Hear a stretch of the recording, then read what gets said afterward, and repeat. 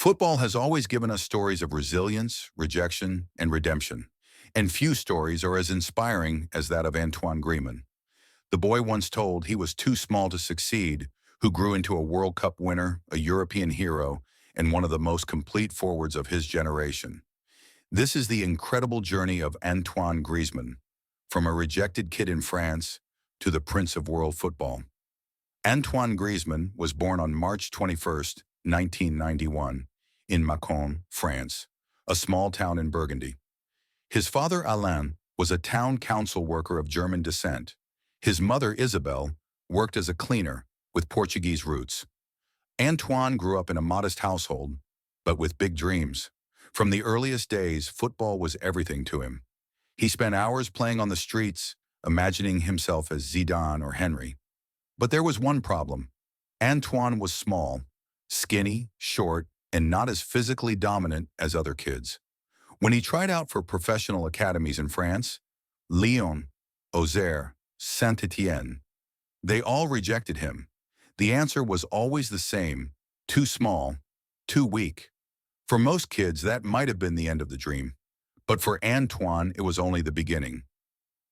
In 2005, fate intervened. At a trial in Paris, Antoine was spotted by Eric Olhatz, a scout from Real Sociedad in Spain. Olhatz saw something others had missed: intelligence, vision, and technique that made up for his lack of size. He invited Antoine to Spain. It was a huge decision, leaving his family at just 14 years old. Antoine lived with Olhatz, trained daily, and adjusted to a new culture and language. Life wasn't easy. He was homesick, shy, and still physically small, but he worked harder than anyone.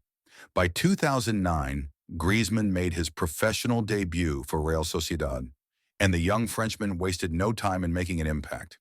That same year, he scored in the Segunda Division, helping Sociedad earn promotion back to La Liga after 4 years away. The boy, once rejected for being too small, had made it to the big stage. In La Liga, Griezmann quickly developed into one of the brightest young forwards. With pace, dribbling, and a deadly left foot, he became a nightmare for defenders. By 2014, he had scored 52 goals for Real Sociedad, including spectacular volleys and crucial strikes that earned them Champions League football. Bigger clubs started circling, and in the summer of 2014, Diego Simeone's Atlético Madrid came calling. Joining Atlético Madrid was the turning point in Griezmann's career. For €30 million, Simeone brought in the young winger and transformed him into a world-class forward. At Atlético, Griezmann learned the values of pressing, work rate, and tactical discipline. No longer just a flashy attacker, he became a complete forward, capable of scoring, creating, and defending from the front. His debut season saw him score 22 goals. By 2016, he was the heart of Simeone's attack. That year, he led Atlético to the Champions League final, scoring against Barcelona and Bayern Munich along the way. In the final against Real Madrid, he missed a penalty in regular time. Atlético eventually lost on penalties. Griezmann was heartbroken, but instead of breaking him, the failure made him stronger. Later that summer, he carried France at Euro 2016. Scoring 6 goals, he finished as top scorer and player of the tournament. But once again, heartbreak struck in the final, as Portugal stunned France in Paris. 2 finals lost in the same year, but Griezmann was not done yet. In 2018, Griezmann got his redemption. At the World Cup in Russia, he was no longer the young talent. He was France's leader, alongside Paul Pogba, Kylian Mbappé, and N'Golo Kanté. He scored against Argentina, created chances against Uruguay, and delivered in the final against Croatia, scoring one and assisting another.